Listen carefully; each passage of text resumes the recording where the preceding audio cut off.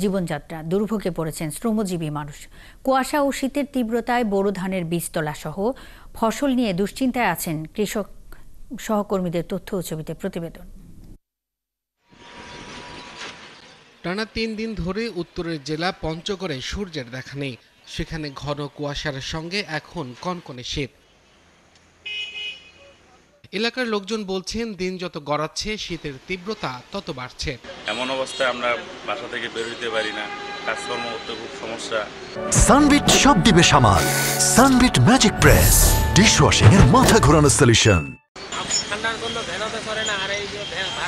দিনাজপুরেরও একই অবস্থা। সারাদিন শীতের সঙ্গে সঙ্গে ঘন কুয়াশায় ঢেকে থাকছে চারপাশ। পায়ের হাত দিয়ে আর কাবাকাবি শুরু হয়ে যাবে। তারপরে কষ্ট দিয়ে ব্যবসা চলে তো। বাইক চালাতে গিয়ে আমাদের হেডলাইট কোনো কাজ করছে না, আমাদেরকে খুব ধীরে ধীরে বাইকটা চালাতে হচ্ছে। কুড়িগ্রামে শীতের বস্ত্রের অভাবে কষ্টে পড়েছেন হতদরিদ্র, ছিন্নমূল ও স্বল্প আয়ের মানুষ। বাড়ছে শীতজনিত রোগীর সংখ্যা। ঠান্ডার ভিতরে কোনো কাজকর্ম করতে পারি না, উজু করতে পারি না, নামাজ পড়তে পারি না। ঠান্ডা, যাত্রী আসে না, চলে না। ঘন কুয়াশায় ঢেকে থাকছে মাগুরার পথঘাট। যানবাহনগুলো চলছে ধীর গতিতে, হেডলাইট জ্বালিয়ে। চাঁপাইনবাবগঞ্জে দিন দিন শীত তীব্র হচ্ছে। কুয়াশার কারণে ব্যাহত হচ্ছে মানুষের স্বাভাবিক জীবনযাত্রা। প্রচুর ঠান্ডার লেগে যাত্রী মাত্রী পাই না।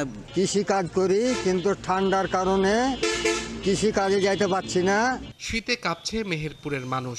বাড়ির সামনে আগুন জ্বালিয়ে শিশু, বৃদ্ধ ও নারীরা শীত ঠেকানোর চেষ্টা করছেন।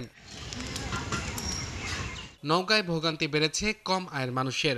ঠান্ডায় শহরের লোকজনের উপস্থিতি কম থাকায় দোকানপাট খুলছে দেরিতে। শুধু কুয়াশা বেশ কয়েকদিন থেকে এবং প্রচুর পরিমাণের ঠান্ডা। আসলে খুব কষ্টকর, অতিরিক্ত শীত। জয়পুরহাটে ঘন কুয়াশায় আলুর পাতায় দাগ পড়ছে। এছাড়া ক্ষতির মুখে আছে সরিষা, আখ এবং শীতের সবজির ক্ষেত। খুব প্রচুর শীত, বাড়িতে বানাতে পারতেছে না।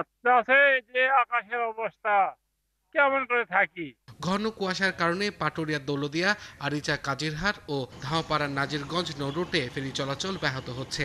মাঝ নদীতে এসে আটকে যেতেও হচ্ছে অনেক সময়। আব্দুল আল মামুন, ৭১।